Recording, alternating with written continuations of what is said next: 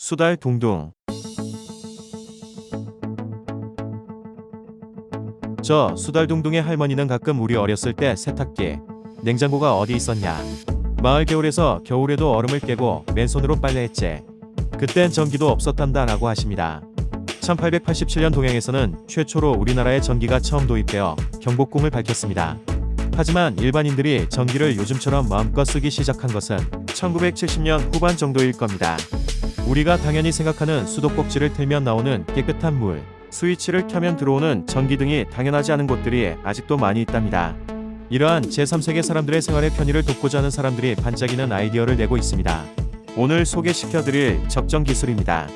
적정기술이란 어마어마한 자본을 기반으로 다량의 제품을 생산하는 거대 기술과는 달리 현지에서 구할 수 있는 재료와 적은 자본, 비교적 간단한 기술을 활용하여 해당 지역에서 지속적인 생산과 소비가 가능하도록 만들어진 기술입니다. 몇 가지 예를 들어 보겠습니다. 흙탕물을 깨끗하게 걸러주는 휴대용 정수 빨대 라이프 스트로우.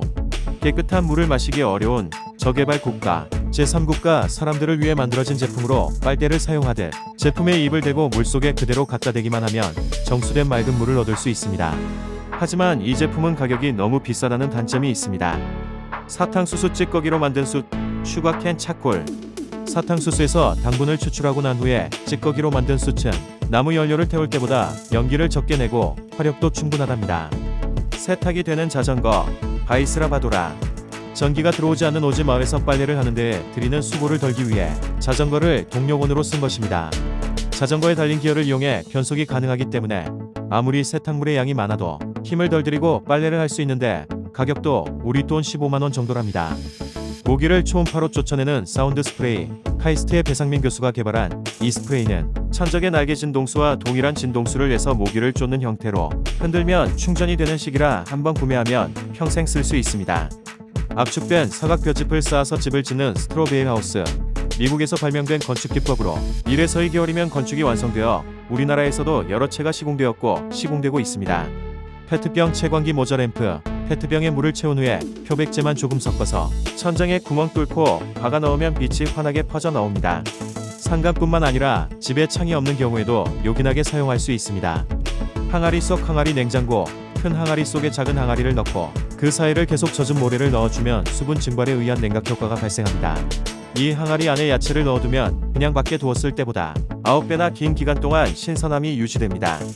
다음 두 가지 사례는 가난한 아이들을 학교에 보내고 있는 적정기술 두 가지를 소개하겠습니다.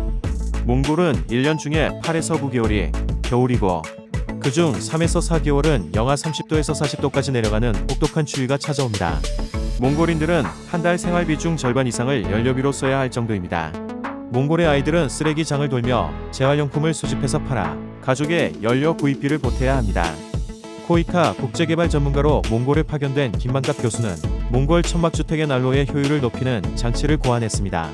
김 교수는 한국의 온돌에서 열을 저장하는 것에 힌트를 얻어 난로 중간에 돌을 집어넣어 돌이 열을 흡수하여 오랫동안 보온이 되고 열 방출 속도를 느리게 하였습니다. 민간구호 NGO 단체 굿네이버스는 이 장치에 지세이버라는 이름을 지어 주었습니다. 몽골 천막주택인 게르의 쥐와 열을 저장한다는 세이버의 합성어입니다. 굿네이버스는 몽골의 가난한 가정에 현재까지 10만 대의 지세이버를 보급하였으며 주민들에게 사용 방법을 가르치고 장기간 사용 시에 발생하는 문제점들을 보완해가고 있습니다.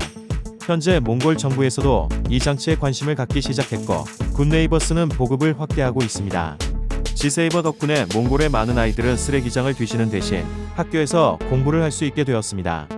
요크의 장성원 대표는 자사가 개발한 태양광 충전 시스템인 솔라카우를 케냐의 초등학교에 설치했습니다.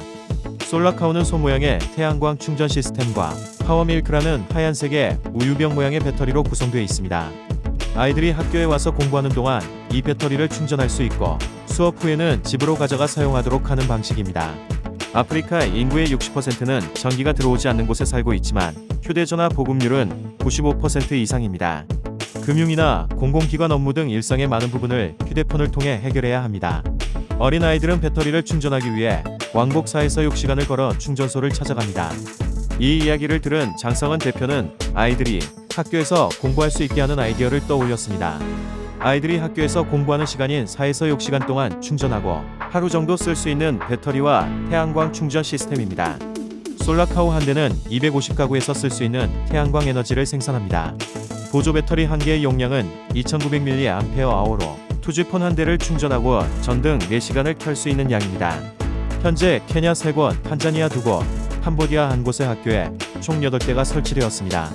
수혜자는 가족을 포함해 약 5,000명에 이릅니다. 솔라카우는 미국 시사 주간지 타임지로부터 2019년 가장 혁신적인 100개의 제품들 중 하나로 선정되었습니다. 타임지는 전기가 보급되지 않은 지역에 효과적인 에너지 사용에 기여함과 동시에 아이들에게 교육의 기회를 제공하고 있다고 평가했습니다. 착한 기술을 전하고 있는 이 기사에 대한 네티즌의 댓글입니다. 정말 인류애가 충전되는 아이디어네요. 기업의 이익 창출이 아닌 사회적 이익에 도움을 주는 업체는 투자받기 어렵던데 대단합니다. 꼭 잘 돼서 많은 아이들이 학교로 돌아갈 수 있었으면 좋겠어요. 너무 훌륭한 일을 하시네요. 응원합니다. 몽골의 아이들에게 학교에 갈 기회를 주신 홍성욱 교수님.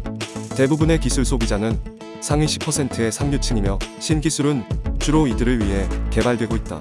부자만을 위한 과학이 아니라 가난한 이들을 돕는 과학도 필요하다고 하신 말씀 공감합니다. 지금까지 시사와 지식을 쉽게 알려드리는 수달둥둥이었고요.